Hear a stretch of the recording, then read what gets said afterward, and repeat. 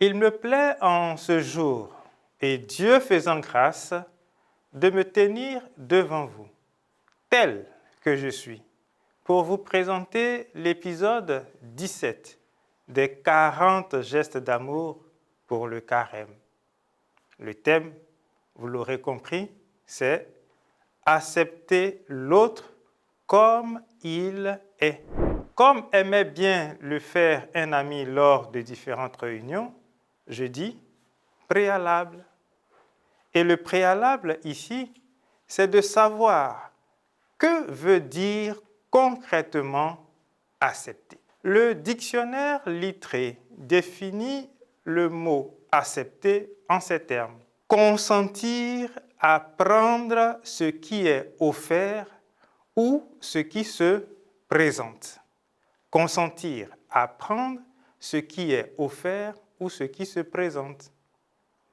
Étymologiquement, ce verbe vient conjointement des formes latines acceptare et accepere, qui signifient accueillir, recevoir, recueillir et prendre et faire venir à soi.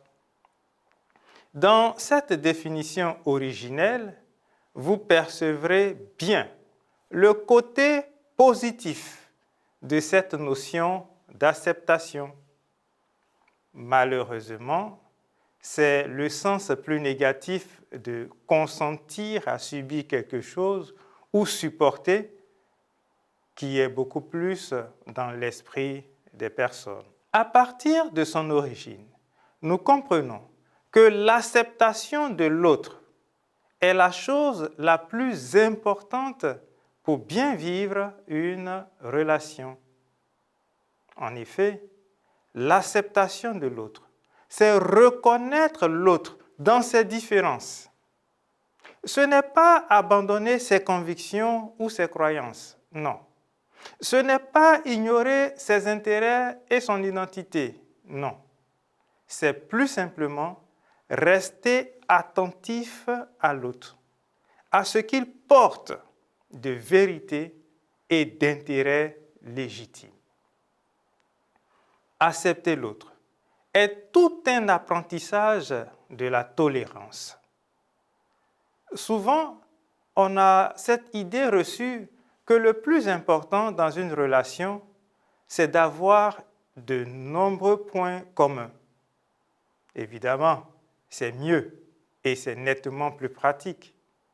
Mais en réalité, le plus important dans la relation, c'est avant tout d'être capable d'accueillir l'autre tel qu'il est vraiment. La tolérance est quelque chose de pas facile, mais elle s'apprend. Prendre le temps de voir l'autre pour ce qu'il est et non pour ce qu'on voudrait qu'il soit. Lui laisser l'espace d'exister et vice-versa. Selon Roula Douglas, en période de conflit ouvert ou larvé, de clivage amorcé ou avancé, de guerre froide ou chaude, de xénophobie latente ou manifestée, il est plus que jamais nécessaire de faire bouger les frontières mentales et de bousculer les barrières émotionnelles qui empêchent de reconnaître l'autre.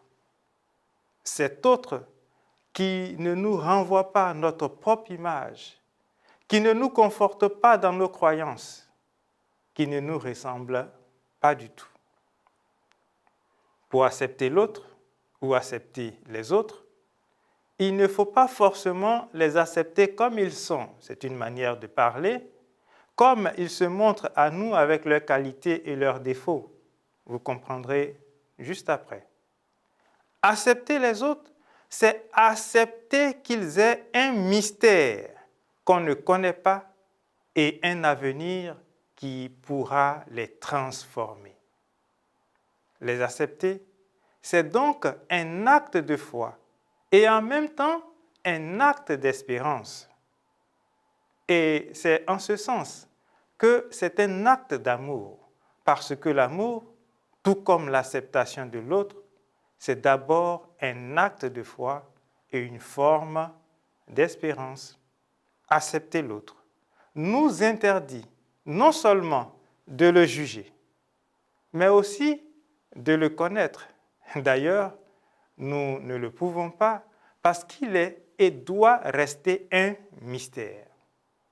Accepter l'autre, c'est lui dire tout simplement, mon frère, ton sourire ou tes rides, tes qualités ou tes défauts ne sont pour moi que le miroir obscur de ta véritable identité.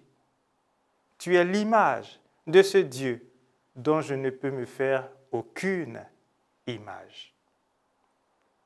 Accepter l'autre, c'est espérer à l'encontre de ce qui est visible, à l'encontre des évidences, à contrario de tout ce que nous pouvons voir et savoir sur lui. Accepter l'autre, c'est espérer à sa place lorsqu'il tombe en déchéance. C'est lui dire, je te le promets, tu ne t'écrouleras pas, tu ressusciteras. Et ceci, c'est Jésus lui-même qui nous l'a montré par la parabole du bon Samaritain. Ce Samaritain s'approche d'un blessé qui est vraisemblablement juif. Or, la religion des Samaritains leur interdisait de s'approcher des Juifs parce que pour eux, ils étaient impurs. On est toujours l'impur de quelqu'un. Pour les Samaritains, il fallait s'écarter des Juifs pour ne pas se souiller. Et pourtant, ce Samaritain s'est approché du Juif pour lui porter secours, au mépris des prescriptions de sa foi. Alors, accepter les autres, c'est accepter de prendre le risque de s'ouvrir pour s'approcher d'eux afin d'apprendre d'eux et sur eux pour mieux être ou mieux manifester ce que ou ce qui nous sommes. En n'aimant pas les autres comme ils sont, nous nous faisons souffrir nous-mêmes. Nous dépensons beaucoup d'énergie dans des querelles médiocres et souvent infantiles. Nous perdons beaucoup de temps à nous battre. Et pourtant, oui, nous savons que même si nous gagnons, la victoire ne nous donnera pas la moindre parcelle de bonheur en plus, ni pour nous, ni pour personne. Alors, une question, à quoi ça sert? Toi, mon frère, toi, ma sœur, le temps est favorable pour s'engager dans cet exercice assez noble et aux avantages énormes pour tous. Apprenons à accepter l'autre comme il est. Nous le pouvons, nous le devons. Notre mission n'est pas de le changer ou de l'adapter, mais de l'accepter. Courage et à l'action.